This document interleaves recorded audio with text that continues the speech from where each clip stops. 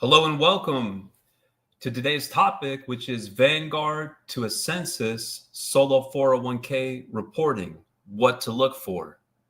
We're excited to discuss this topic of what to look for with Vanguard to Ascensus Solo 401k reporting. As always, the presentation is being provided for educational purposes only. It should not be construed as tax, legal, or investment advice, nor as a solicitation. When making an investment decision, please consult with your tax attorneys, legal advisors, etc. So if you're on YouTube and you find this helpful, please subscribe, please like, as it helps us get the word out. You can also please chat over questions or topics that you wish to discuss. I see we've already got a couple questions teed up, which is fantastic. We want to talk about the issue, and then we're going to turn back to we can talk about the topic of Vanguard to Ascensus Solo 401k reporting, what to look for. And then we'll come back to the questions that you have. So before we jump in, though, just want to highlight some of the resources. We do go live twice per day, once at 10 a.m. Pacific, 1 p.m. Eastern. Then we're back again at 1 p.m. Pacific, 4 p.m. Eastern. It's always free to join. All are welcome. We do appreciate the chance to discuss these great topics, such as Vanguard to Ascensus Solo 401k reporting, what to look for. You can also participate in our community. We have a vibrant community with over 30,000 members. We have active forums. It's a great way to go and ask a question or just see what other people are asking. You can see we go live twice a day. You can find our schedule at mysolo401k.net/webinar, or just simply subscribe if you're on YouTube and hit that notifications bell. Then you'll get the notifications. You can jump on and ask questions, etc. So as far as what to look for when it comes to Vanguard to Ascensus Solo 401k reporting, we first want to put it in context that we have had a large number of customers transition to us from Ascensus, and they previously have been at Vanguard. So it's very common that customers will upgrade their basic Solo 401k plan to our plan. And there could be multiple reasons. For example, they want to be able to make mega backdoor Roth contributions, or the expert compliance support. For example, we handle the 5500 EZ and the 1099R as an optional free service for our customers, because customers just have to let us know, because since we don't have access to their accounts, and then we'll put them in the queue to prepare that 5500 EZ or the 1099R. So anytime you're talking about upgrading a Solo 401k plan from another provider to our plan, that process is going to be what's called a restatement. So the way that I think of that is a cut and paste. So for example, it's important to understand that a Solo 401k plan is a legal entity. So it's the documents that create it.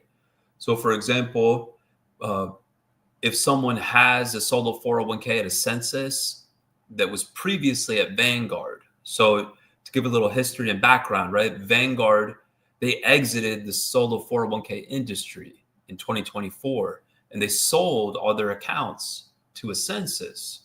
So individuals who had Solo 401k plans at Vanguard, if they took no action, those accounts were transferred in 2024 to Ascensus. Then once they're at Ascensus, some customers are coming to the realization that they don't want to be at Ascensus, right? Because maybe they want to be able to do mega backdoor Roth, or they want support for the 5500 EZ, or they want access to the tax credit, right? All the things that come along, all the features of our plan, but that are not features of that Ascensus plan. And so the process to upgrade an existing plan is called a restatement. So it's not as if someone is setting up a new plan with us and then shutting down their plan at Ascensus or Vanguard. Instead, their existing plan continues, but now it's governed by our plan documents. That's why we're going back to this, to the concept that, or the understanding that a Solo 401k plan is a legal entity. So it's the documents that create it. So if someone has a Solo 401k plan at Ascensus, it's Ascensus's documents that govern the plan. So those documents are cut out and replaced with our documents. So now that plan continues, but it's governed by It's governed by the plan documents that we provide as the plan provider. And so that process of restating the plan, it's technically not reportable. It's not taxable because the assets are just being transferred from one account for the solo 401k to new accounts for the same plan that just has restated plan documents. So it's technically not taxable, it's not reportable. Now, based on experience and client feedback, unfortunately, it hasn't been as smooth as one might hope when for accounts to be transferred from Vanguard to Ascensus and then over to our plan, right? So, for example, Ascensus is not allowing in-kind transfers based on experience and client feedback. So they're requiring that the individuals sell their assets and then the assets transfer over as cash. Moreover, if you followed our website, because we've published information as it's become available to us based on experience and client feedback, the transfer process that Ascensus has followed has changed. It's gone through multiple iterations. And so it's been a cumbersome process, unfortunately, for some customers, but we're very hands-on trying to help customers through that process. And so we have the latest information here on our website as far as what that process entails. And like I said, it's not an in-kind transfer, it's a cash transfer. And so some clients have reported back to us that Ascensus is in fact issuing a 1099-R to report the transfer of the solo 401k assets away from Ascensus to new accounts for the customer's restated plan that they have with us. So even though, like I explained, when you restate a plan to new plan documents, that's technically not taxable. It's not reportable. Unfortunately, Ascensus is not understanding that perhaps, and they're not, and practically speaking, they are in fact, based on reports from some customers, issuing a 1099-R. So that's why we like to highlight for those that have transitioned their solo 401k from Vanguard to Ascensus and then to us, right, what to look for in that reporting. So if one does receive a 1099-R from Ascensus that pertains to the assets that were transferred from their pre-existing solo 401k at Ascensus over to new accounts that they have for the restated plan that we're the provider of, it's going to be important to verify that 1099-R reports the transfer as a non-taxable direct rollover. In other words, there's a code G in box 7 and the taxable amount reported in box 2A of the 1099-R is 0 because the assets are transferring they're transferring to another account within the same retirement plan. So it's not a taxable distribution for sure. It's not reportable for sure. But if their system, for whatever reason, ends up issuing a 1099-R, ultimately that would be acceptable for the customer to just accept that. I mean, of course, one option would be to go back to Ascensus and ask them to just revoke that 1099-R to correct it. But if they're not willing or able to do that, at least if it reports it as a non-taxable direct rollover, from a solo 401k perspective, it would be acceptable, and just keep that 1099-R in the solo 401k plan records. So that's helps to address that question that was the topic of the day, which is Vanguard to Ascensus solo 401k or Ascensus individual 401k reporting, what to look for. So now I want to turn to the good questions that you brought. I appreciate you bringing the questions. And again, if you're finding this helpful on YouTube, please subscribe, please like, as it helps us to get the word out. It's very easy. You can just go to the YouTube channel, just search for My Solo 401k. Will quickly come up. You can subscribe, hit that notifications bell, and then we do go live twice a day, so you'll get the notifications. You can jump on, ask questions, etc. So our first question here, can you help me claim my $1,500 tax credit on my existing solo 401k plan through my solo 401k financial? So Yeah, that kind of goes to one of the things that I was alluding to, why individuals might want to transition from Ascensus to our plan, is because our plan does make the self-employed business or individual eligible to claim $1,500 in solo 401k tax credits. So if someone were to restate their individual Ascensus 401k plan to our plan here in 2025, they'd be eligible to start claiming those $1,500 in solo 401k tax credits when they file their 2025 tax return. And then again, for 2 more years, as long as they maintain the plan with the automatic contribution feature, which we draft the plan automatically for all new plans, of course, as well as for restated plans when one is upgrading the basic plan from another solo 401k provider. So it's also noteworthy that automatic contribution feature, the solo 401k participant has the right to opt out of that default automatic contribution percentage that's set as part of that automatic contribution feature. Opting out of the default contribution percentage doesn't mean that the individual can't claim the credit. They most certainly can, right? Because the plan still has the automatic contribution feature. We still prepared and provided the required notices and other forms, etc. But to the good question here, yes, let me pull up your account and then make note of it. And then after we're done here, I'll shoot you over an email where you can link to the deep dive webinar that we hosted with an IRS enrolled agent that goes through exactly step by step how one claims the credit. I'm just going to make note of your email here. And then we'll shoot you over a link to that deep dive session. So let me see here.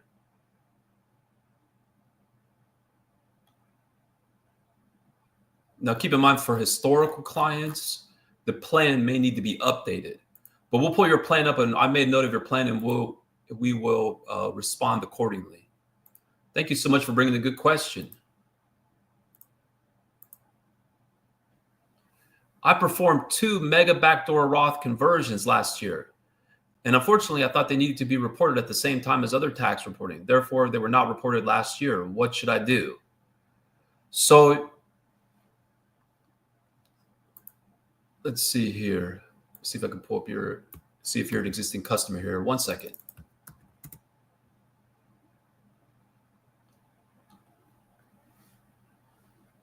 So first of all, mega backdoor Roth is one of the top reasons that customers sign up with us, right? It could be individuals that have an Ascensus individual 401k. They want to upgrade to our plan, or they could have been transitioned from Vanguard, right?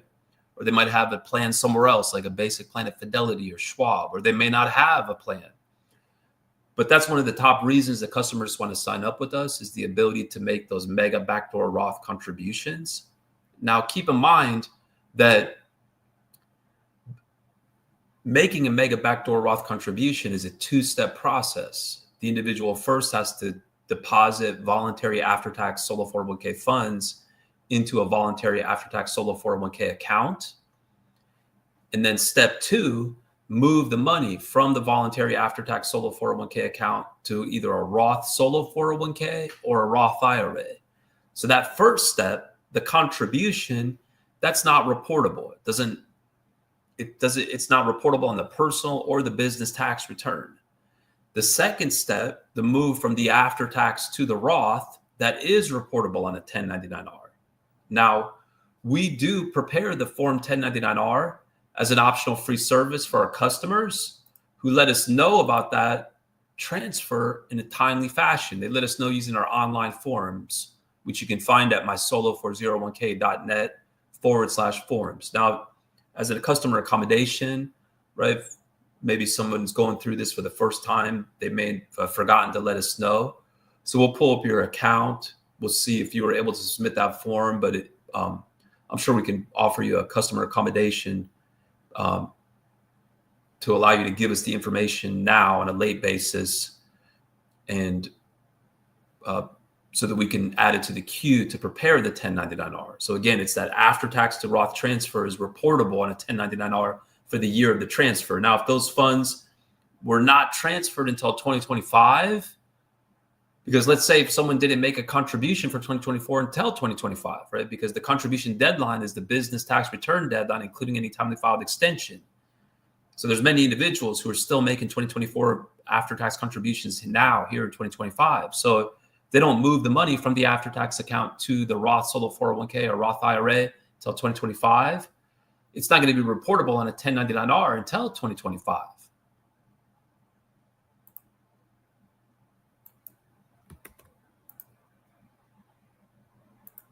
Just going to make note of your account here. 1 second, please, so we could follow up with you after this session.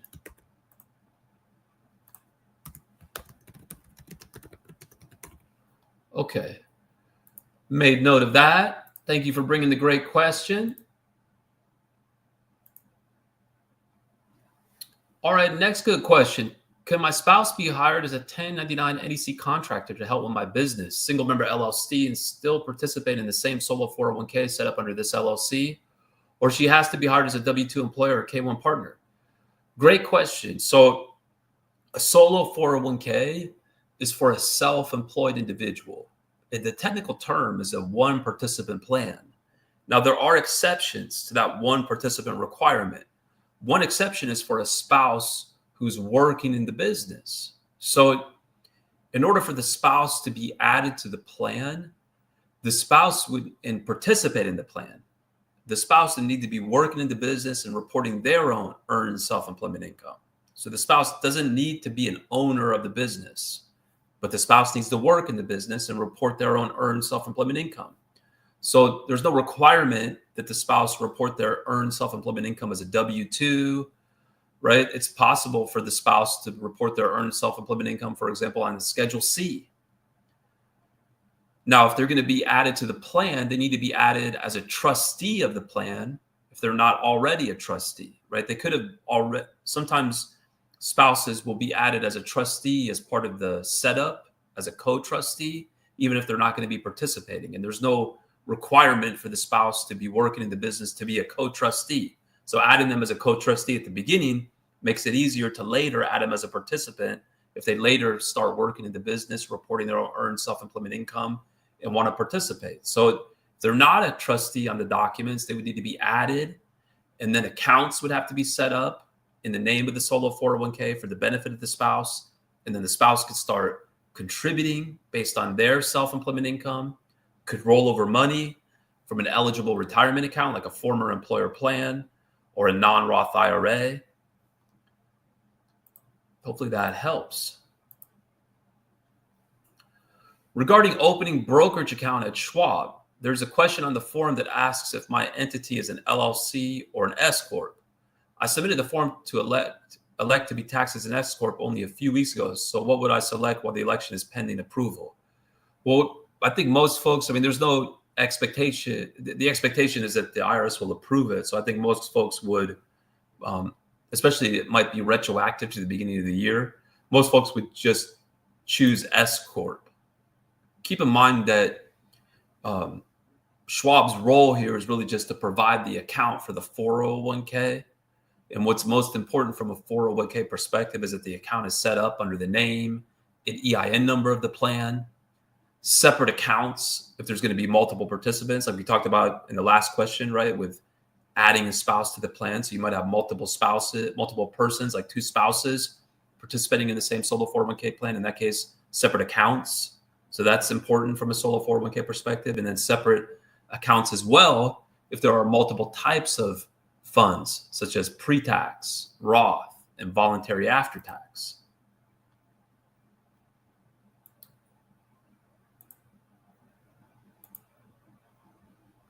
I also have a client that wants to restate their existing solo 401k plan with Ascensus to my solo 401k. Please send me next steps info. Okay, most definitely. So we'll make note of that too.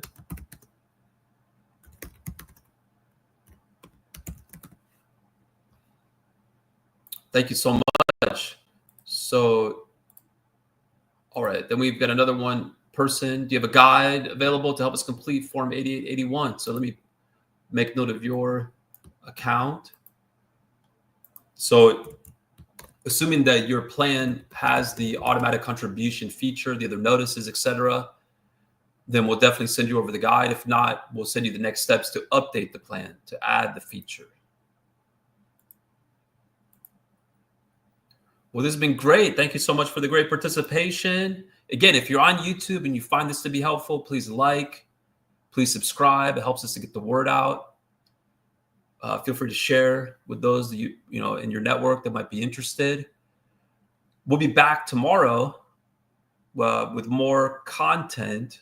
For example, specifically, we're going to talk about Roth Solo 401k made simple, maximize tax-free growth in the morning. In the afternoon, we're going to talk about how to report Solo 401k contributions on your tax return, specifically for a business that's taxed as an S Corp. Could be an LLC taxed as an S Corp, right? A business that files an 1120S.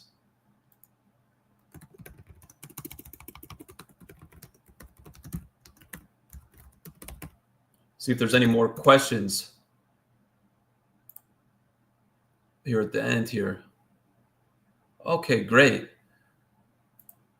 Thanks for that information. Yes, my spouse and I are both trustees and participants in the Solo 401k setup at my Solo. So my spouse, okay, perfect. So it's just a matter of opening up accounts. So if you submit the next steps questionnaire, let me make note of your account here. We can send you a link to that next steps questionnaire when we're done.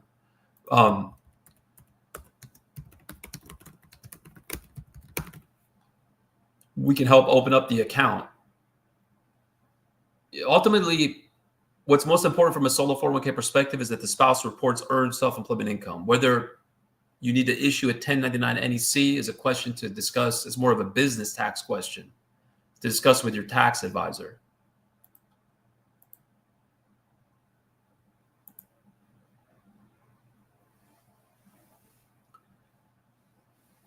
So yeah, please, it looks like we might be coming to the end of the question. So please feel free to participate. You can participate 24/7 in our forums. We have questions. People are posting 24/7. That's a great way to learn, to share the knowledge. Please feel free to join our daily webinars. Again, 10 a.m. Pacific, 1 p.m. Eastern, 1 p.m. Pacific, 4 p.m. Eastern. All right, until next time, everyone. Thank you so much.